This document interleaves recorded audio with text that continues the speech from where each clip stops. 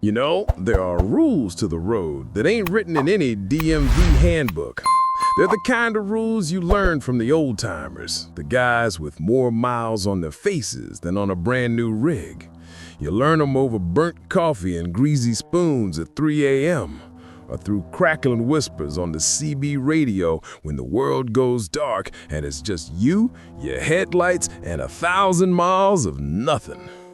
Most are practical. Don't tailgate and slow. Always check your tires twice. But some are different. The first time I heard about her, I was at a dusty truck stop just outside of Barstow. The kind of place where the neon sign flickers like a dying heartbeat, and the air inside is thick with the ghosts of 1,000,000 cigarettes.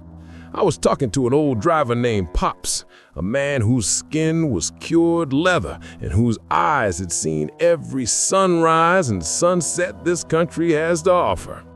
He was looking at my route map, his finger tracing the thin red line that cut straight through the heart of the Mojave.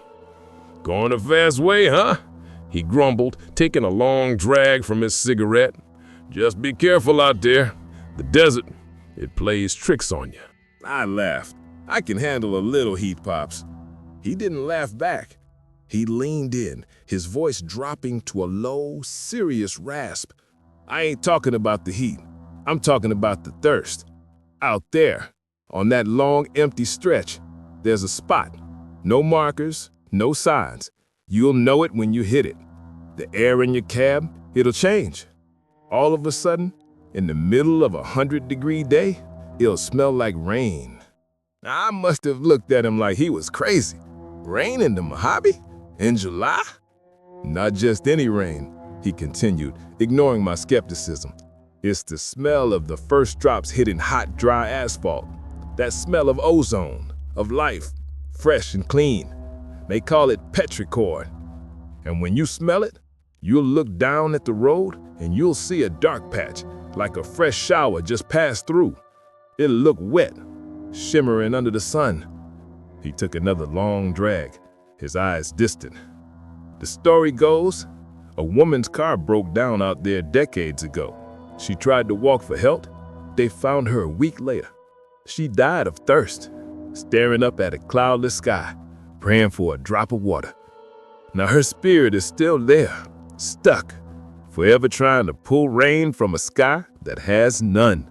He leaned in even closer, his cigarette smoke curling around his words. "It's a beautiful smell, son. The most hopeful smell in the world. And it's a trap. It calls to the tired and the thirsty. But here's the rule, the one you remember. You don't slow down. You don't get curious. And whatever you do, you never, ever stop on that wet patch. You put your foot down and you drive right through. Because if your engine stops on her little piece of road, it ain't never starting again." He stubbed out his cigarette and stood up, leaving me alone with my cold coffee. I shook my head, smiling.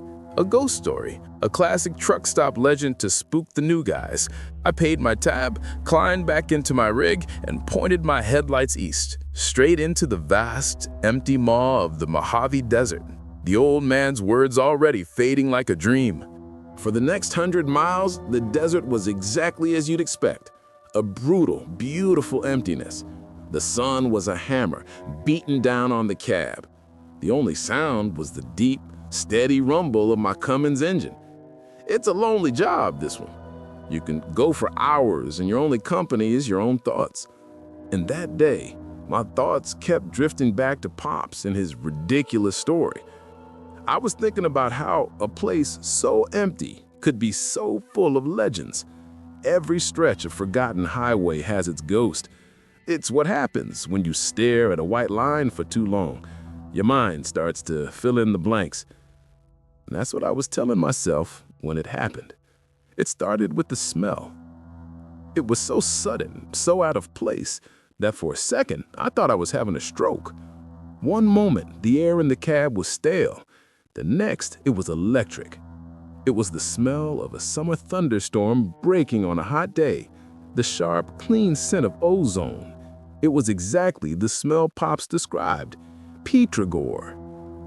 My eyes snapped forward, scanning the road, and about a quarter mile ahead, lying on the sun-bleached asphalt, was a patch of darkness. It was maybe 50 feet long. It looked wet, glistening even. My heart started to pound a heavy, clumsy rhythm against my ribs.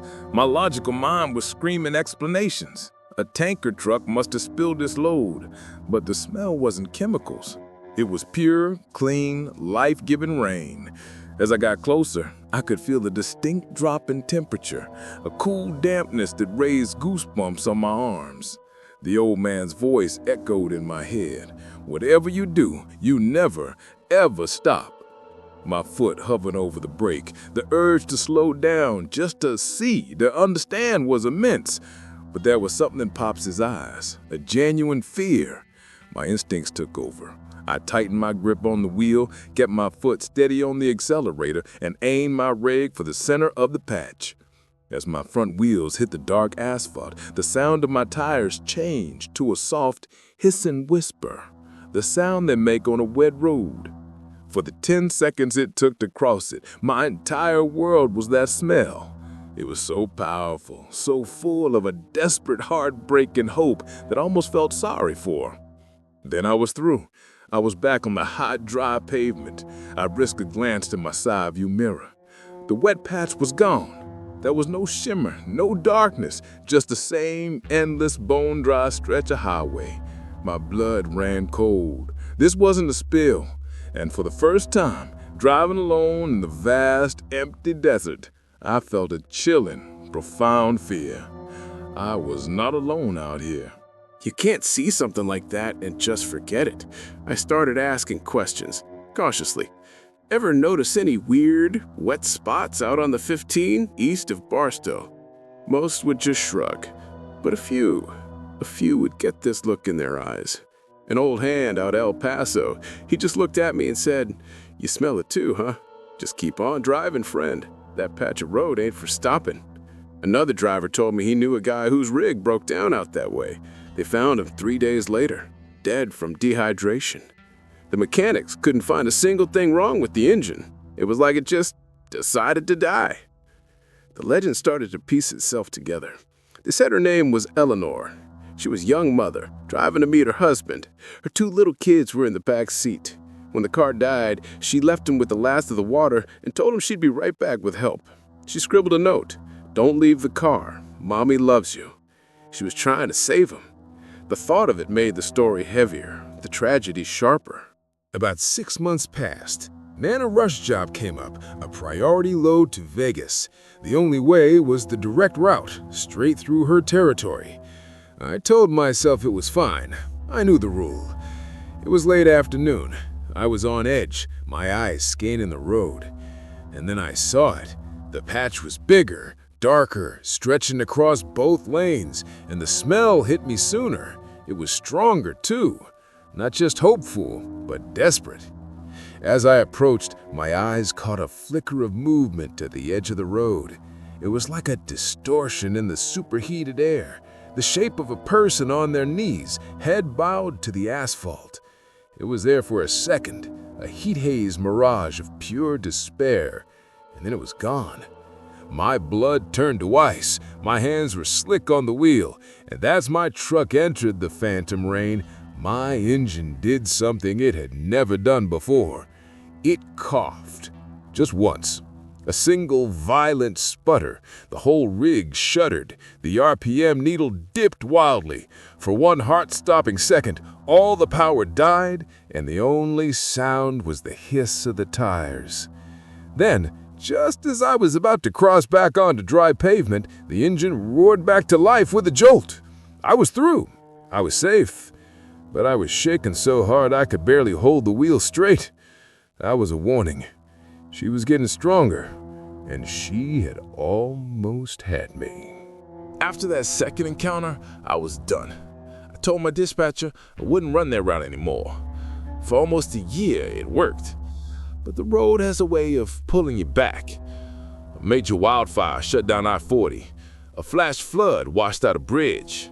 Suddenly, there was only one way to get a critical medical supply shipment to a hospital in Salt Lake City on time. The dispatcher called me. "I know you don't like that stretch," he said, "but I'm in a bind. The hospital is counting on this." Every instinct I had screamed no. But I looked at the manifest. Plasma, antibiotics, life-saving equipment. How do you say no to that? I took a deep breath and told him I was on my way.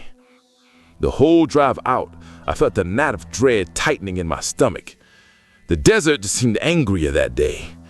I was about 10 miles from the spot, my hands gripping the wheel so tight my knuckles were white. I saw it appear up ahead, a dark stain on the road. I was less than 100 yards away when it happened. A loud, explosive bang that sounded like a gunshot inside my cab. The truck lurched violently to the right. My front right steer tire, a blowout. All my training kicked in. Don't brake. You have to steer into the pool, keep your momentum, and gently, slowly guide the beast to a stop on the shoulder. But the shoulder was 100 yards away, and then between me and the shoulder was her. The truck was bucking and swerving, the shredded tire flapping against the asphalt. The horrifying smell of ozone and wetter flooded the cab, mixing with the acrid stench of burning rubber. I was fighting the wheel with all my strength. I was losing speed fast. The drag from the blown tire was like an anchor. I watched in slow-motion horror as the truck slowed. I was gonna come to a dead stop right in the middle of the wet patch. Pops' voice, "It ain't never starting again." It was a choice, a split-second, life-or-death choice. My training said to coast to a safe stop, but my gut screamed that stopping here was a death sentence. With the truck still 10 feet inside the phantom rain, moving at less than 5 miles an hour, I did the one thing you're never supposed to do. I stopped on the clutch, slammed the gear shifter down, and floored the accelerator. The engine screamed in protest. The whole rig groaned and shuddered. For a terrifying second, nothing happened. And then, with the shriek of tortured metal, the wheels caught. The truck lurched forward, dragging the dead tire, clawing its way over the invisible line between her world and mine. It crawled 10 feet, 20, 50, 100 yards past where the wet spot had been. And then, as if it had given every last ounce of its strength, the engine died completely. I sat there in the sudden, deafening silence, my body trembling, drenched in sweat. I was safe. I was on the shoulder. But I knew with a certainty that chilled me to the bone that if I had stopped just 100 yards back, I would have died out here. Changing a steer tire on the shoulder of a highway in the Mojave is hell, but I've never worked so fast in my life. Every sound made me jump. I kept looking over my shoulder, half expecting to see a shimmering figure. The silence felt heavy, watchful. When I finally got the new tire on, I climbed back into the cab. I turned the key. The engine turned over, coughed once, and then roared to life. I got the hell out of there, pushing my rig as fast as it would go. That was my last run through the desert. I meant it this time. I took a permanent local route after that. Shorter hauls, home every night. The pay isn't as good, but I sleep better. That was years ago. I'm one of the old-timers now. I was sitting in a truck stop a few weeks back, not far from Barstow, and I saw this kid. He couldn't have been more than 25, full of that young driver confidence. He was plotting a course on a map, and I saw his finger trace that same familiar, lonely line through the heart of the Mojave. I watched him for a minute, then I got up and sat down in the booth across from him. "Going the fast way, huh?" I said. He looked up. "Yes, sir. Got a hot load for Vegas." I nodded slowly. I looked the kid in the eye, and I saw the same dismissive smile I'd given Pops all those years ago. "Let me tell you something, son," I said, my voice low and raspy. "There are rules to this road. And there's a spot out there you need to know about. You're gonna be in the middle of nowhere, and all of a sudden, you're gonna smell rain. And I told him everything. I told him about Eleanor, the mother who died of thirst, still trying to call down a storm from a pitiless sky. And I ended with the same warning Pops gave me. Don't you slow down. Don't you get curious. You push that pedal to the floor and you don't look back. You stop on her patch of road and you'll be staying there for good. He looked at me, his confidence gone, a little flicker of fear in his young eyes. Maybe he'll listen. Maybe he'll think I'm just a crazy old man. I hope he listens, because I know that she is still out there, waiting, thirsty, forever hoping the next truck that passes will bring the rain or bring her some company. And the desert never, ever gives up its ghosts.